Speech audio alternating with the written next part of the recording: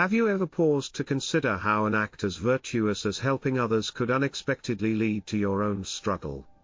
In a world that often glorifies selflessness, we sometimes overlook the reality that even the best intentions can yield unforeseen consequences.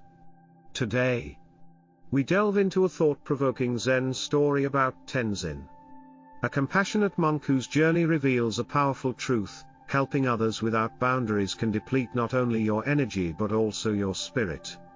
By the end of this exploration, you'll gain profound insights and practical tools to balance generosity with self-care. Together, we'll uncover personal anecdotes, real-world examples, and enduring Buddhist wisdom that shed light on this universal challenge.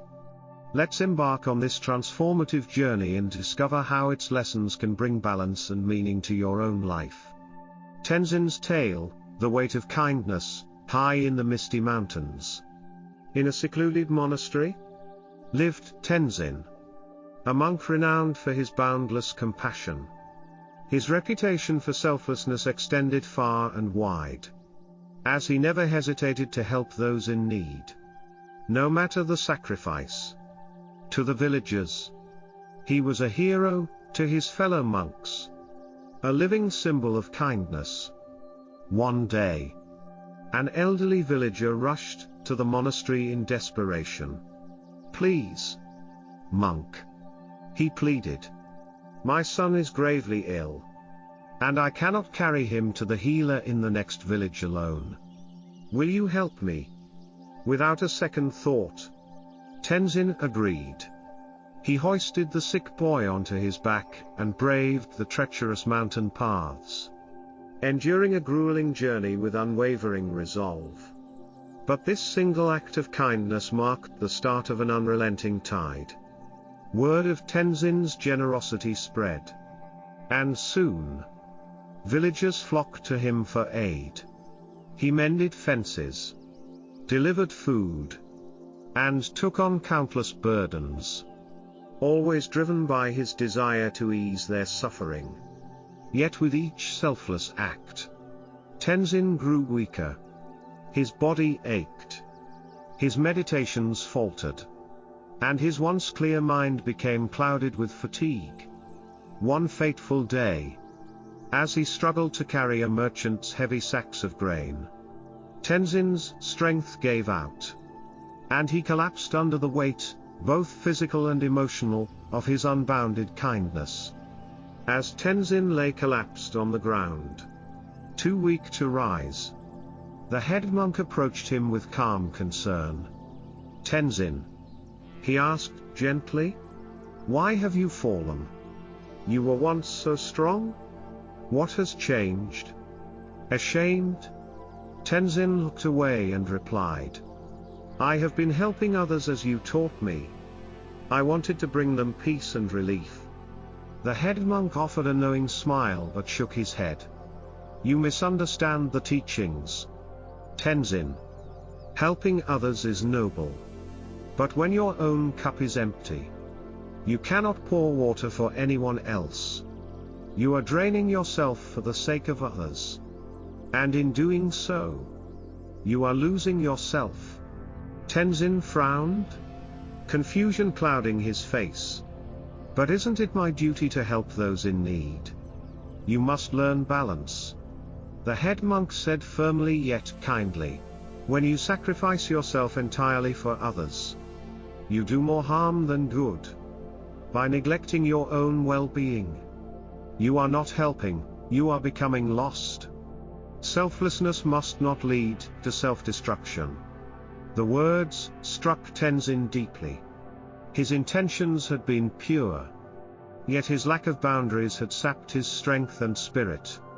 Sensing this, the head monk continued, "True wisdom lies in knowing when to help and when to step back. You cannot save the world by breaking yourself apart."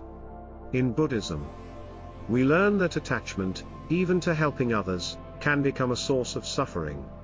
Tend to your own garden first before helping others plant theirs.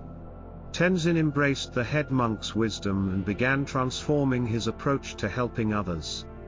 He practiced balance, no longer saying yes to every request from the villagers. Instead, he thoughtfully considered whether he had the energy and capacity to assist. When he felt depleted, he gently declined, explaining that he needed time to replenish his strength. Initially, the villagers were disheartened by his refusals.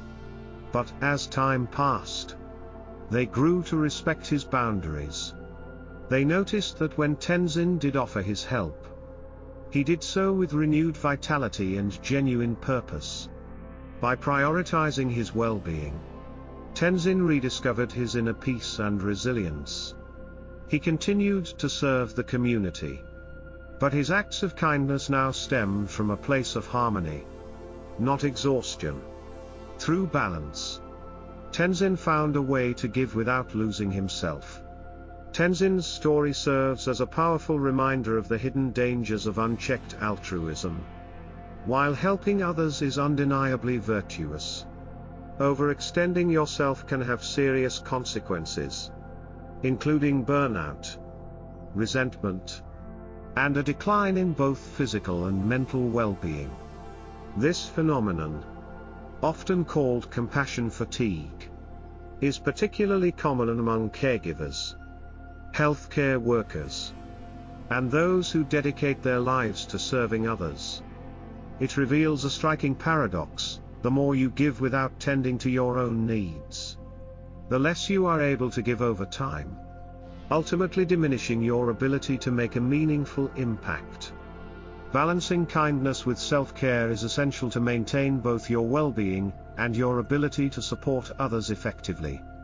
To achieve the harmony that Tenzin discovered, start by recognizing your limits and being honest about what you can and cannot handle. Embrace the power of saying no when necessary, understanding that it is an act of wisdom, not selfishness.